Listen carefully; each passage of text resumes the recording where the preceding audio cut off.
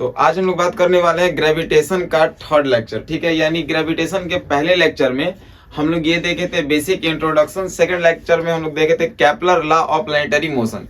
यानी आज का जो हमारा थर्ड लेक्चर है ग्रेविटेशन क्लास 9 का, इसमें हम लोग बात करेंगे ग्रेविटी एंड ग्रेविटेशन के बीच में डिफरेंस क्या होता है। चलिए, तो आप लोग फिर से अपना नोट्स निकाल लीजिए और फिर हम लोग टॉपिक को आज शुरू करते हैं।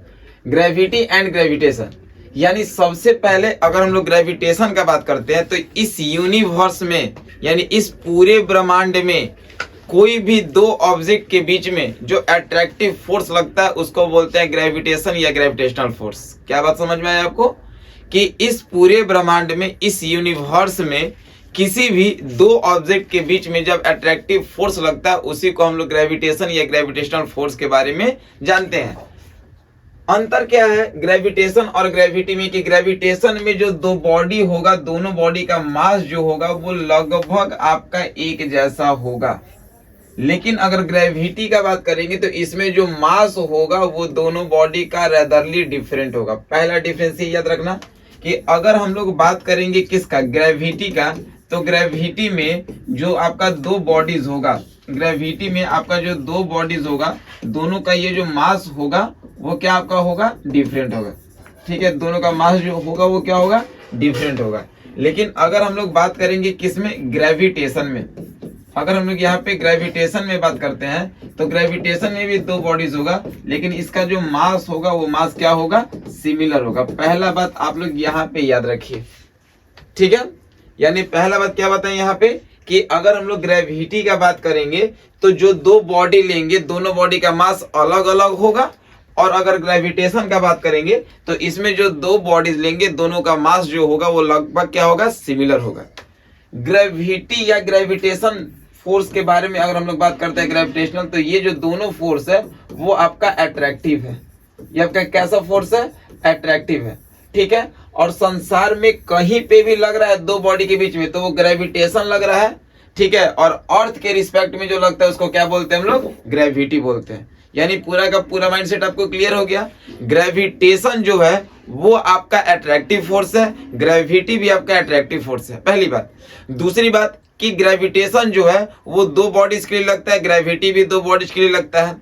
तीसरी बात, ग्रेविटेशन जो है दो बॉडी जो लगता है वो दोनों बॉडी का मास लगभग सिमिलर होता है, और ग्रेविटी में जो दो बॉडीज होता है दोनों का मास क्या होता है, आपका अलग अलग होता है। एक बड़ा तो एक छोटा, एक ज्यादा तो एक कम होता है।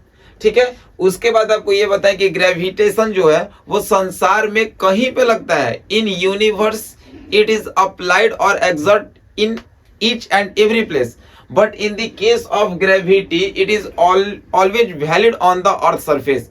ठीक है, ग्रेविटी सिर्फ और सिर्फ वैलिड होता है कहां पे, अर्थ सरफेस पे। ठीक है, तो यहाँ पे लिखे हैं कि the force of attraction between any two bodies in the universe, यानी वैसा फोर्स ऑफ अट्रैक्शन दो बॉडीज के बीच में इस पूरे यूनिवर्स में जिसका मास जो है वो लगभग सेम ऑर्डर का है, उसी को हम लोग बोलते हैं ग्रेविटेशन, या उसी घटना को बोलते हैं फोर्स ऑफ ग्रेविटेशन या ग्रेविटेशनल फोर्स।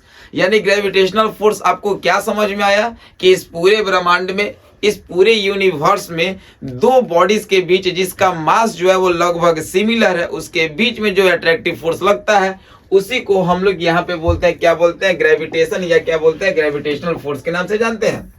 ठीक है, उसके बाद हम लोग फोर्स ऑफ ग्रेविटी बोल रहे हैं।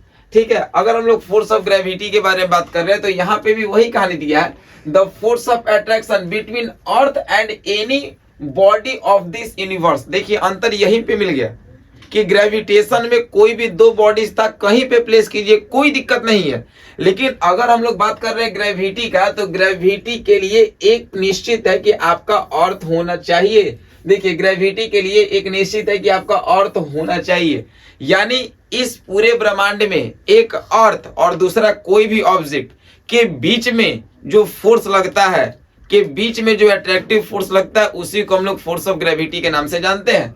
यानी द फोर्स ऑफ अट्रैक्शन, ये भी एक अट्रैक्टिव फोर्स है, यानी वैसा फोर्स ऑफ अट्रैक्शन जो दो ऑब्जेक्ट के बीच में लग तो रहा है, लेकिन एक आपका अर्थ है और दूसरा कोई भी बॉडी है जो यूनिवर्स में प्रेजेंट है, जिसका मास क्या होगा, रेदरली डिफरेंट होगा, मास जो होगा वो अलग अलग होगा, उसी को हम लोग फोर्स ऑफ ग्रेविटी बोलेंगे। जैसे अगर सिंपली इस चीज को हम ऊपर फेंक रहे हैं तो अर्थ से जो चीज ऊपर जाता है ग्रेविटी डिक्रीज करता है, ठीक है। और कोई भी चीज अगर जैसे इस सर्टेन हाइट पे हम छोड़ रहे हैं तो जैसे जहां पे वेलोसिटी आपका 0 हो जाए वहां से गिरे, दैट मीन्स बॉडी आपका फ्री फॉल में है, ठीक है। और जैसे जैसे वो नीचे आता है अर्थ के पास, इसका मतलब कि ग्रेविटी का वैल्यू क्या करता है, इंक्रीज करता है। यानी ग्रेविटी और ग्रेविटेशन में बेसिकली अंतर यही है कि ये अर्थ सरफेस के लिए लगता है और वो जो ग्रेविटेशन है वो संसार में किसी भी दो ऑब्जेक्ट के बीच में लगता है, ठीक है। यहां तक आपको क्लियर हो गया।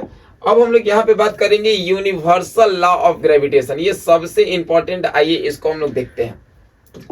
यूनिवर्सल लॉ ऑफ ग्रेविटेशन का कॉन्सेप्ट, सबसे पहले हम लोग यहाँ पे देख रहे हैं कि हम लोग के पास दो बॉडी है, ग्रेविटेशन का बात कर रहे हैं तो जो मास होगा वो लगभग क्या होगा आपका, सिमिलर होगा, ठीक है ना। तो हम लोग के पास दो बॉडी है, एक बॉडी का मास हो गया m1, एक बॉडी का मास हो गया m2। दोनों जो है वो आपको r डिस्टेंस पे सेपरेट है, तो एक बॉडी का मास m1, एक बॉडी का मास m2। और जब ये r डिस्टेंस पे सेपरेट है तो यहाँ पे हम लोग जैसे जैसे नजदीक जाएंगे वैसे वैसे डिस्टेंस का वैल्यू क्या होगा, अगर हम लोग का फोर्स ऑफ अट्रैक्शन बढ़ रहा है तो डिस्टेंस का वैल्यू घटेगा। यानी यहाँ पे अगर हम लोग एक कहानी देख रहे हैं तो ये पता चल रहा है कि force is directly proportional to product of their masses. इसका कहने का मतलब कि जितना ज्यादा मास रहेगा उतना ज्यादा फोर्स लगेगा, जितना कम मास रहेगा उतना कम फोर्स लगेगा।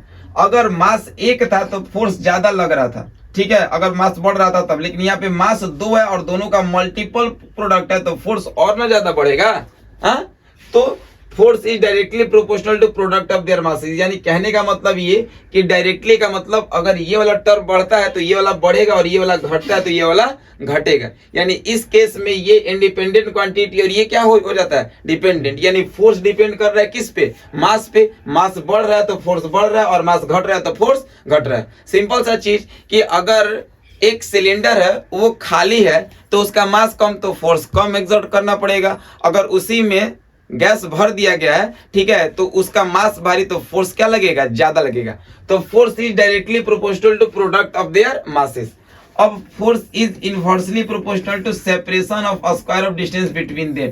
कहने का मतलब कि जैसे डिस्टेंस का स्क्वायर मतलब एक इसके लिए और एक इसके लिए तो r इंटू r का स्क्वायर। और जैसे डिस्टेंस का स्क्वायर बढ़ रहा है तो फोर्स का वैल्यू घटेगा और डिस्टेंस का स्क्वायर जैसे ही घट रहा है तो फोर्स का वैल्यू बढ़ेगा। यानी ये इनवर्सली प्रोपोर्शनल, जो आपको डिवाइड में होता है वो इनवर्सली होता है, जो मल्टीप्लाई में होता है वो डायरेक्टली होता है।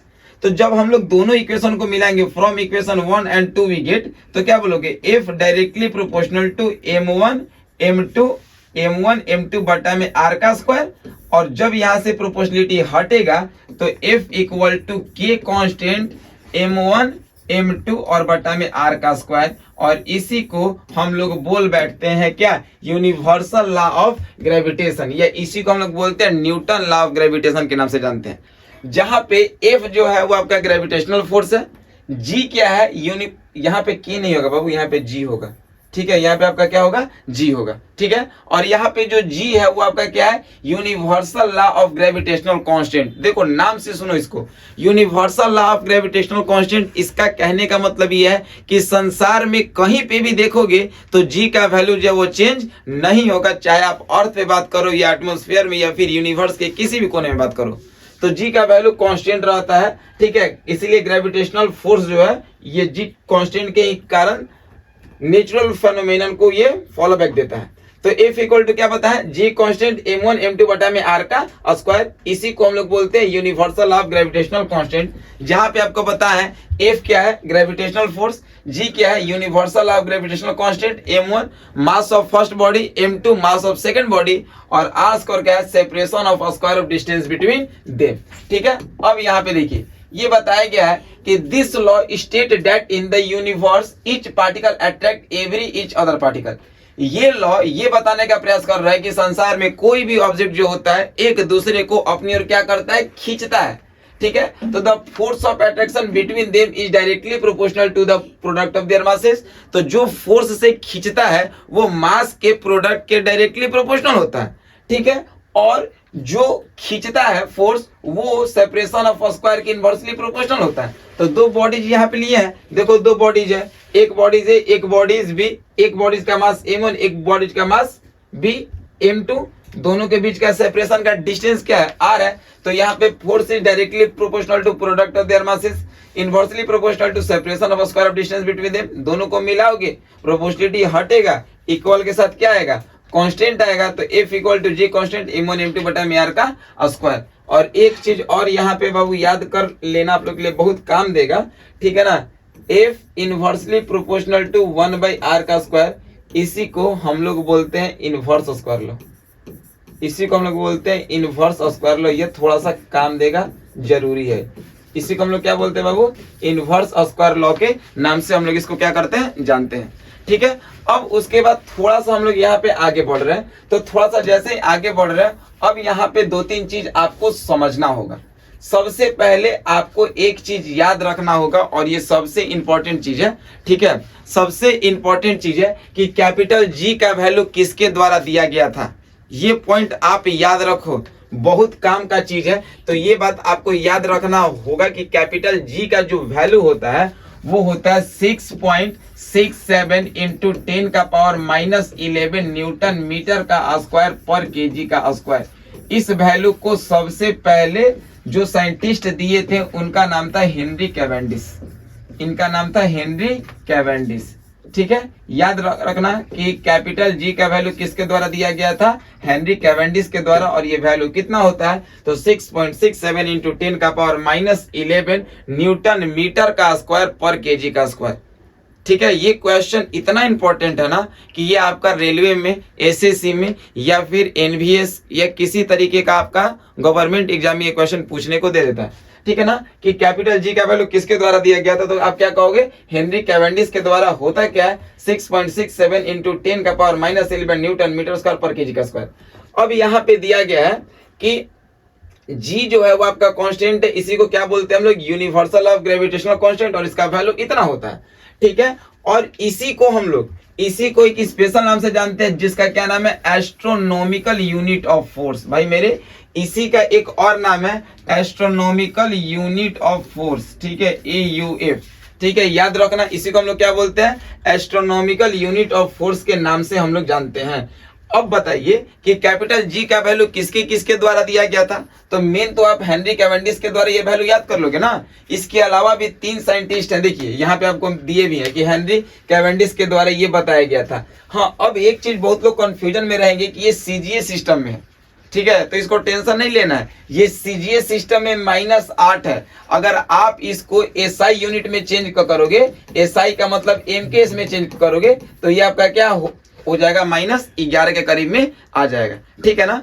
अब बताइए, ये सारा का सारा CGA सिस्टम है। आपको टोटल सिस्टम पढ़ाया गया है कि किसी भी चीज को मेजर करने का 4 सिस्टम होता है, ठीक है। 4 तरीके से हम लोग किसी भी चीज को मेजर करते हैं, SI, CGS, APS और MKS। थोड़ा सा उसको हम लोग यहाँ पे देख लेते हैं, ठीक है ना।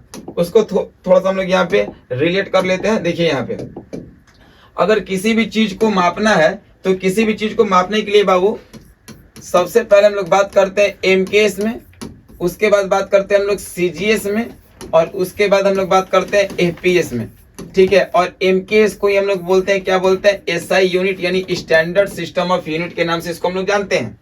अगर हम लोग MKS बात कर रहे हैं, ठीक है, तो यहाँ पे याद रखिएगा कि ये जो पहला वाला टर्म है, ये पहला वाला टर्म आपको लेंथ के बारे में बताता है, और ये जो दूसरा वाला टर्म आप देख रहे हो ये बताता है किसके बारे में, मास के बारे में बताता है।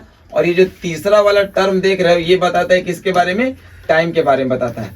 तो फिजिक्स में जितना भी क्वांटिटी होता है उसका हम लोग को यूनिट 4 तरीके से निकाला जाता है। 4 का मतलब ये और ये सेम ही होता है, तो टोटल 3 तरीके से यूनिट को निकाला जाता है। अब 1-2 यूनिट आपको हम निकालना सिखा रहे हैं, बाकी आप इस पे प्रैक्टिस कर लोगे, ठीक है। जैसे अगर हम बोलेंगे कि एरिया का यूनिट क्या होगा, तो एरिया का सबसे पहले फॉर्मूला लिखो, लेंथ इंटू ब्रेथ, ठीक है। अब यहाँ पे लेंथ इंटू ब्रेथ लिख लिए। हाँ, एक चीज और देख लो कि एम के एस का मतलब क्या है। एम का मतलब मीटर, के का मतलब किलोग्राम, एस का मतलब सेकंड। सीजीएस में सी का मतलब सेंटीमीटर, जी का मतलब ग्राम, एस का मतलब सेकंड। कहे कि पहला सब लेंथ बता रहा है, दूसरा मास, तीसरा टाइम। एफपीएस में लेंथ का मतलब क्या हो गया, फुट, पी का मतलब पाउंड, एस का मतलब सेकंड। कुछ इंपॉर्टेंट पॉइंट है जो आपको लिखवाना पड़ेगा कि पी का मतलब पाउंड होता है, लेकिन इसको डिनोट करते एलबी लिबेरा से। एस का मतलब सबको पता है सेकंड, एफ का मतलब फुट हो ही गया, एम का मतलब मीटर, के का मतलब किलोग्राम, एस का मतलब सेकंड, सी का मतलब centimetre, gram, second, foot, pound, second, pound को लिबरा से डिनोट करते हैं। तो एरिया का फॉर्मूला लेंथ इंटू ब्रेथ होता है, सबको पता है। अब लेंथ का यूनिट सबसे पहले एक में निकाल होता है। एमकेएस सिस्टम में हम लोग जब लेंथ का यूनिट निकाल रहे तो ये क्या है, लेंथ को हम लोग किससे करेंगे, मीटर से। तो ये हो गया मीटर, ब्रेथ को भी किससे करेंगे, मीटर से। तो मीटर इंटू मीटर क्या हो जाएगा, मीटर का स्क्वायर। अब यही देख के सब निकाल लो, सीजीएस में निकालोगे तो ये मीटर का स्क्वायर है, तो इसमें सी का मतलब क्या बता है, सेंटीमीटर का स्क्वायर। जब यहाँ पे एपीएस का निकालोगे तो ये क्या हो जाएगा, फुट का स्क्वायर। हुआ कि नहीं क्लियर। हाँ, तो किसी भी चीज का हम लोग को यूनिट टोटल 3 तरीके से निकालने आना चाहिए। अब थोड़ा सा हम लोग यहाँ पे चेंज करते हैं, क्वेश्चन मूड को चेंज करते हैं, स्पीड का निकालते हैं यूनिट। तो स्पीड का सबसे पहले फॉर्मूला लिखोगे तो स्पीड इक्वल टू होता है डिस्टेंस बाय टाइम। अब डिस्टेंस का एमकेएस में निकाल लो, तो एमकेएस में डिस्टेंस को हम लोग क्या बोलते हैं, मीटर। तो ये हो गया मीटर, और टाइम को बोलते हैं सेकंड, तो ये हो गया मीटर पर सेकंड। तो जब एमकेएस में मीटर पर सेकंड, तो सीजीएस में क्या होगा बाबू, सेंटीमीटर पर सेकंड। एफपीएस में क्या होगा, तो एफपीएस में आपका होगा फुट पर सेकंड। तो भाई मेरे कहने का मतलब कि आपको याद रखना होगा हर हाल में कि यहाँ पे जो यूनिट होता है वो टोटल 4 तरीके से निकलता है, जिसमें एसआई और एमके सेम हो जाता है, बाकी आपका ये यूनिट है, इसको आपको याद रखना होगा, ठीक है ना। चलिए अब हम लोग अपना बात करते हैं जिस टॉपिक पे, उसको देख लीजिए। इतना में आपको एक ही चीज याद रखना है कि कैपिटल जी का वैल्यू इससे कभी नहीं पूछेगा, चांस ही नहीं है पूछेगा। आपसे ये पूछेगा कि कैपिटल जी का वैल्यू किसके द्वारा दिया गया है, तो आप क्या बोलोगे, हेनरी कैवेंडिश के द्वारा वैल्यू क्या होता है। तो आप ये भी मत याद रखना, ये भी आपको कंफ्यूजन क्रिएट कर देगा, ठीक है। ये पूरा डिटेलिंग किया गया है, आप बस ये याद रखना कि कैपिटल जी का वैल्यू 6.67 इंटू 10 का पावर -11 न्यूटन मीटर स्क्वायर पर केजी स्क्वायर होता है। और ये वाला जो वैल्यू है वो आपका सीजीएस में है, और हम जो बता रहे हैं वो किसमें बता रहे हैं, एसआई या फिर एमकेएस में। अगर आप चेंज भी करोगे तो वैल्यू आपका इतना ही आने वाला है, ठीक है। उसके बाद कैपिटल जी का वैल्यू इनके अलावा भी 2 साइंटिस्ट और दिए थे, ठीक है। चलिए उसके बाद हम लोग यहाँ पे आगे करते हैं। तो यहाँ पे हम लोग का ये टॉपिक है यूनिवर्सल ग्रेविटेशनल कांस्टेंट। चलिए आइए इसको देखते हैं और इसके यूनिट को हम लोग करते हैं, और इसका यूनिट हम आपको एसआई में बताएंगे, आपको सीजीएस और एफपीएस में करना होगा। चलिए आइए देखा जाए, एकदम इसको हम लोग आहिस्ता देखते हैं। सबसे पहले यूनिवर्सल ग्रेविटेशनल कांस्टेंट यानी ये जी के बारे में बात किया है, तो हम लोग इसको कैसे करेंगे। तो देखिए हम लोग जानते हैं कि F equal to G constant m1 m2 बटा में r का स्क्वायर होता है। तो जब यहाँ पे क्रॉस मल्टीप्लाई करोगे तो F इंटू आर का square is equal to G constant m1 into m2। तो जब यहाँ पे आप g को निकालोगे तो इसके बगल वाला टर्म सौतन कहाँ आएगी, नीचे, और ऊपर हो गया f इंटू आर का स्क्वायर, ठीक है। तो अब यहाँ पे जब g निकालोगे तो क्या हो जाएगा, f का मतलब फोर्स, और फोर्स को हम लोग क्या बोलते हैं, न्यूटन। तो यहाँ पे हम लोग बोल सकते हैं न्यूटन इंटू रेडियस का क्या हो गया, मीटर, तो न्यूटन इंटू मीटर का स्क्वायर अब पर केजी का स्क्वायर। अगर यही हम बात करेंगे किस में, सीजीएस सिस्टम में, किसमें बात करेंगे, सीजीएस सिस्टम में, यानी ये जो हमारा आया आंसर, ठीक है, वो आया है एसआई में या वो आया है किसमें, एमकेएस में, ठीक है ना। अगर सीजीएस में बात करेंगे तो न्यूटन के बदले क्या हो जाएगा, डाइन, ठीक है, और मीटर के बदले सेंटीमीटर, और यहाँ पे केजी के बदले ग्राम का स्क्वायर, ठीक है। अगर यहाँ पे हम लोग एफपीएस में बात करते हैं तो एफपीएस में क्या होगा, एफपीएस में होता है फुट पाउंडर, फोर्स का क्या होता है, फुट पाउंडर, ठीक है। इनटू सेंटीमीटर है तो यहाँ पे हो जाएगा फुट, और ग्राम है तो यहाँ पे हो जाएगा एलबी का स्क्वायर, ठीक है ना। यानी ये याद रखना कि कैपिटल जी का यूनिट है किस में, एसआई और एमकेएस में, दूसरा आपका सीजीएस सिस्टम में, और तीसरा आपका एफपीएस में, ठीक है। तो आप यहाँ पे देख लो, अब यहाँ पे थोड़ा ध्यान से देख लो कि universal law of gravitational constant यानी F equal to G constant m1 m2 बटा r का स्क्वायर। तो जब g निकालोगे तो f r का square by m1 into m2, ठीक है। अब यहाँ पे देखिए, हाँ एक क्वेश्चन और पूछ सकता है आपसे, क्या पूछ सकता है कि एफ जो है वो कब जी के इक्वल होगा, यानी कब आपका ग्रेविटेशनल फोर्स जो है वो universal law of gravitational constant के बराबर होगा। तो कुछ नहीं करना है, जब आप मास को मान लो 1 kg, ठीक है, सेकंड मास को भी क्या मान लो, सेकंड मास को भी मान लो 1 kg, और दोनों के बीच के डिस्टेंस को कितना मान लो 1 मीटर। तो जब ऐसा निकालोगे तो यहाँ पे वैल्यू पुट करके देख लो, जब ये आपका 1 हो गया, ये आपका 1 हो गया, ये आपका 1 हो गया, तो एफ किसके इक्वल आ जाएगा, जी के इक्वल आएगा कि नहीं आएगा।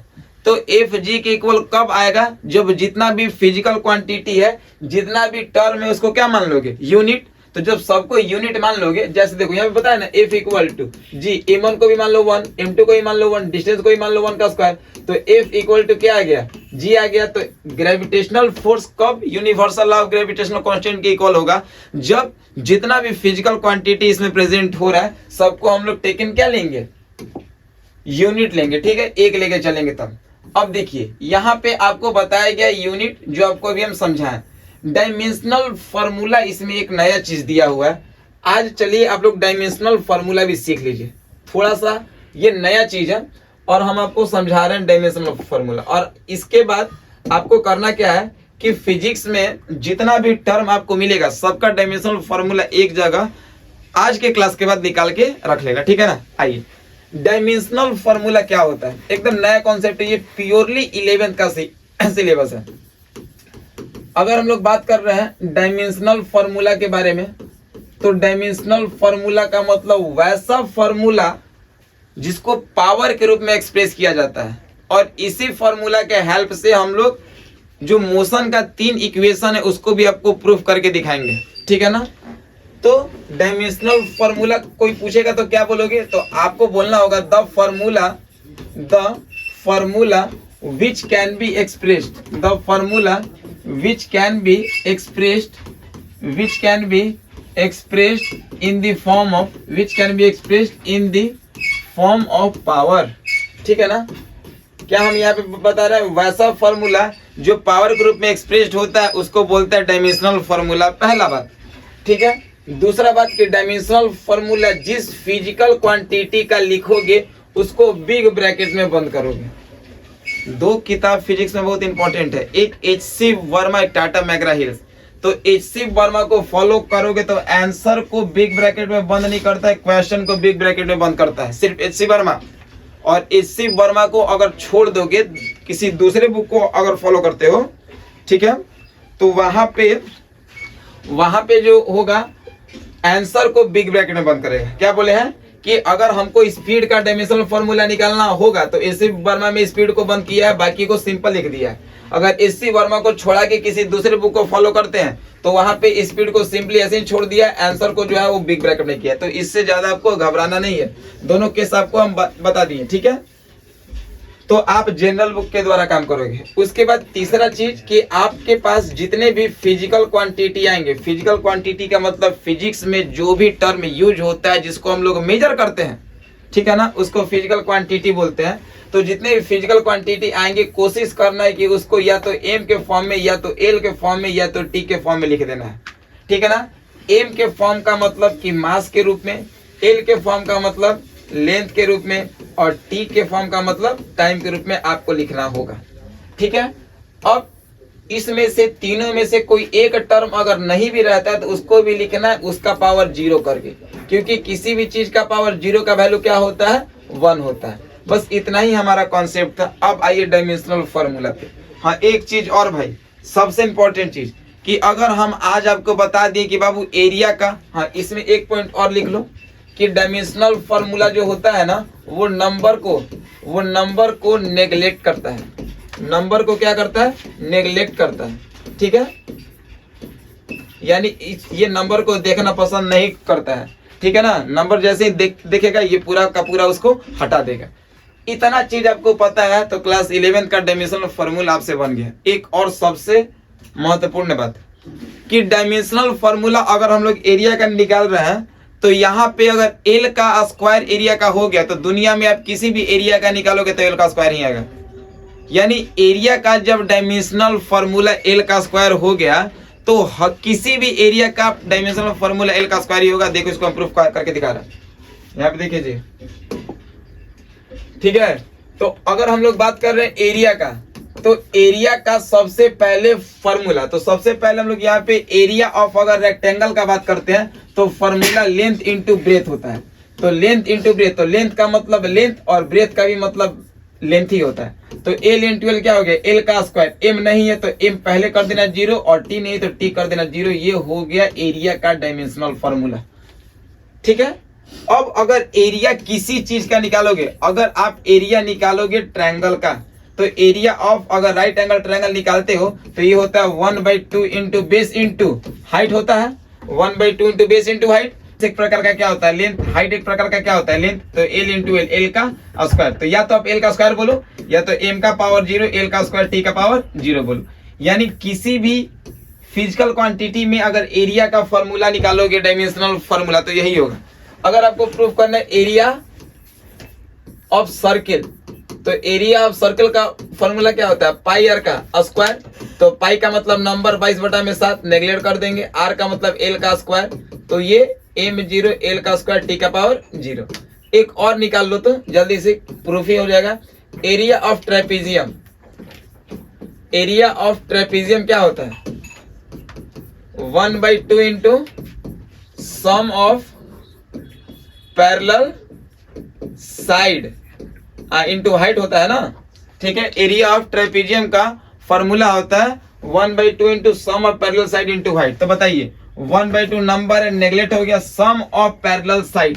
तो सम ऑफ पैरेलल साइड का मतलब क्या है कि साइड है तो उसको हम लोग एल से ही करेंगे डिनोट।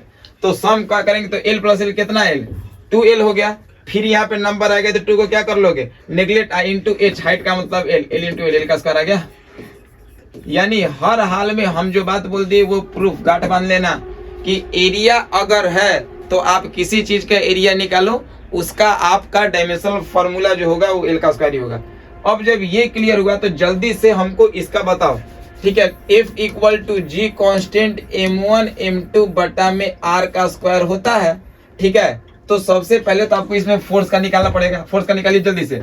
F इक्वल टू क्या होता है मास इंटू एक्सेलरेशन का क्या होता है फॉर्मूला v - u/t होता है, ठीक है।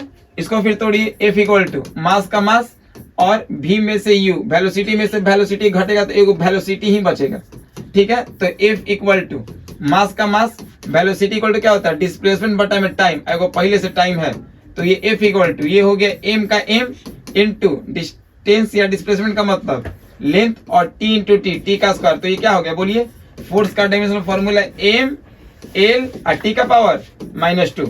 यानी फोर्स का डायमेंशनल फॉर्मूला निकल के सामने आ गया ml t का पावर -2। तो हमको कैपिटल G का निकालना है। तो कैपिटल G का डायमेंशनल फॉर्मूला कैसे निकलेगा, तो G, तो यहाँ पे एफ आर का square equal to G m1 into m2। तो जब आपको यहाँ पे G का निकालना है तो एफ आर का square by m1 into m2। चलिए निकालिए।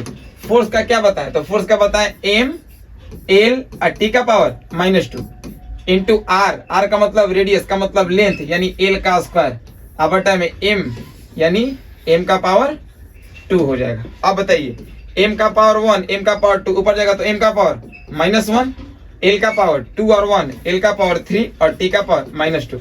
यानी याद कर लो, ठीक है, कि capital G universal law of gravitational constant का डायमेंशनल फॉर्मूला क्या होगा, m का पावर -1 l क्यूब t का पावर -2।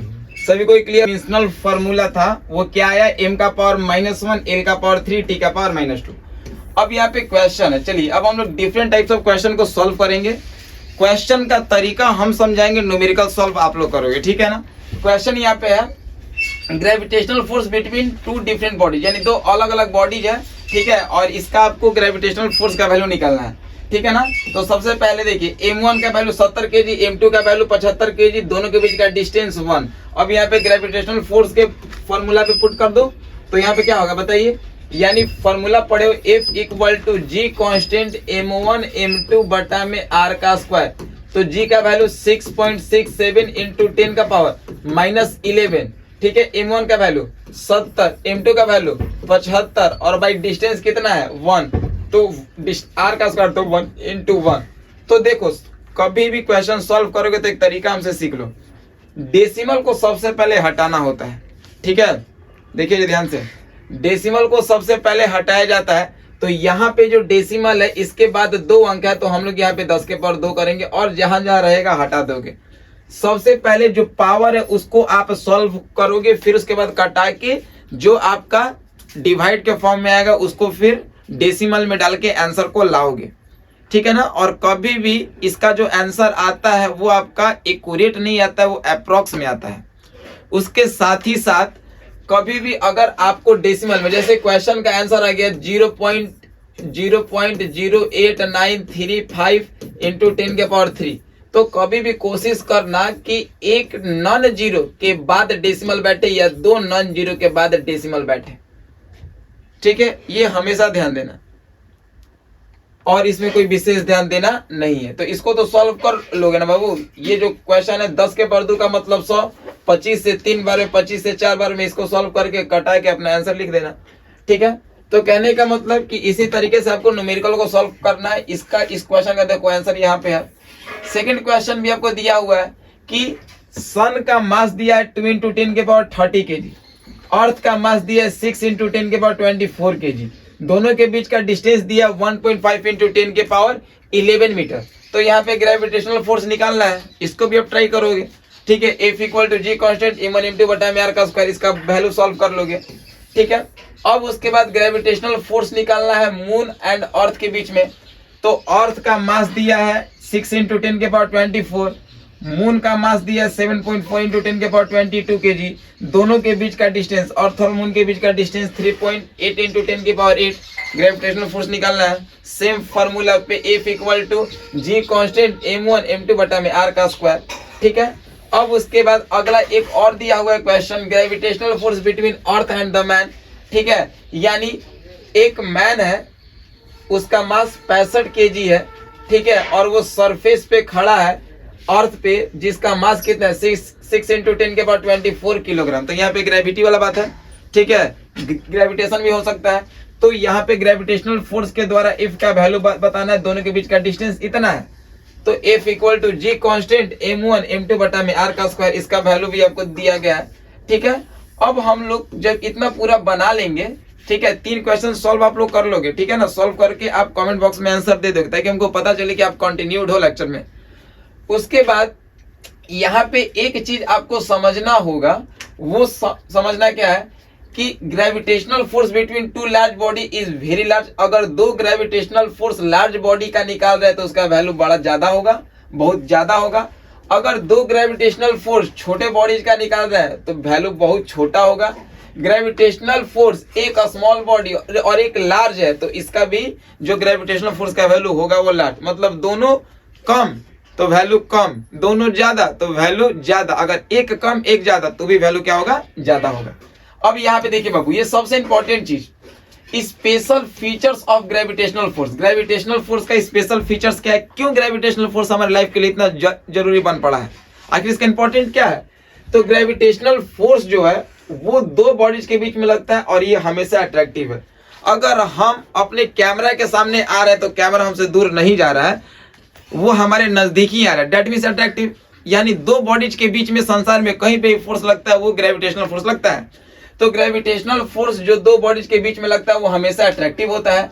जितना भी प्लैनेट सन के चारों ओर जो घूमता है, मूव करता है, ठीक है, रिवॉल्व करता है, तो जितना भी प्लैनेट जो रिवॉल्व करता है सन के चारों ओर, वो किसके कारण करता है, ग्रेविटेशनल फोर्स के कारण। और यही कंडीशन है कि वो सोलर सिस्टम में एग्जिस्ट कर पा रहा है, अस्तित्व में बना हुआ है। अगर ग्रेविटेशनल फोर्स नहीं रहता तो जो भी सोलर सिस्टम में आपका प्लैनेट मूव कर रहा है वो धीरे धीरे टूट के आता, पृथ्वी पे ढप से गिरता, और जब ढप से गिरता तो पूरा पृथ्वी सर्वनाश हो जाता। तो कहीं ना कहीं हम लोग बचे हुए हैं, किसके कारण भाई, ग्रेविटेशनल फोर्स के कारण।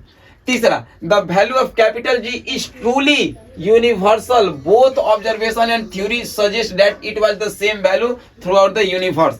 यानी इस यूनिवर्स में जो कैपिटल जी का वैल्यू हम लोग बात कर रहे हैं 6.67 इंटू 10 का पावर -11, ये वैल्यू जो है वो यूनिवर्सल है। यानी कहीं ना कहीं इसको ऑब्जर्वेशन करके, प्रैक्टिकल भी करके और थ्योरी भी समझ के, यानी थ्योरेटिकल प्लस प्रैक्टिकल ऑब्जर्वेशन करने के बाद इसका वैल्यू जो आया वो सेम आया है, इसीलिए हम लोग इसका वैल्यू यूनिवर्सली हर जगह प्रयोग करते हैं। ठीक है, और सबसे खास बात कि ऐसा नहीं कि कैपिटल जी का वैल्यू आपका चेंज होगा, अर्थ पे है, एटमॉस्फेयर में, या फिर बहुत ज्यादा ऊपर चले गए। ठीक है, तो आप अर्थ से 88 किलोमीटर ऊपर, 90 किलोमीटर ऊपर भी जाते हो, जहां पे बहुत सारा आपका क्षुद्र ग्रह वगैरह ये सब चीज दिखाई देता है, मिलता है, वहां पे भी आपको कैपिटल जी का वैल्यू चेंज नहीं मिलेगा। अगला, the atmosphere of the earth is possible due to the gravitational force, यानी अर्थ का जो एटमोस्फेयर है, जहां पे एयर सराउंडेड ब्लैंकेट की तरह है, वो भी किसके कारण है? ग्रेविटेशनल फोर्स के कारण है। ये क्वेश्चन तो आता ही है।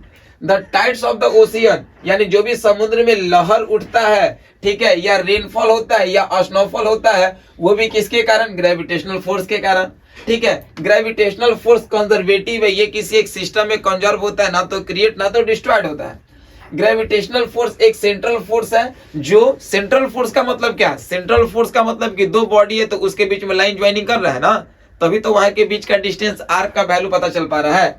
ग्रेविटेशनल फोर्स दो बॉडी का constitute at action and reaction pair. Action and reaction pair का मतलब क्या है कि अगर कोई भी दो बॉडी है, एक बॉडी ये है और एक बॉडी ये है, तो ये इस पे एक्शन लगाएगा तो ये इस पे क्या लगाएगा? रिएक्शन। तो जब दो बॉडी के बीच में फोर्स लगता है तो उसको हम लोग एक्शन रिएक्शन पेयर के नाम से जानते हैं। और अगला सबसे खास पॉइंट कि gravitational force does not depend upon medium.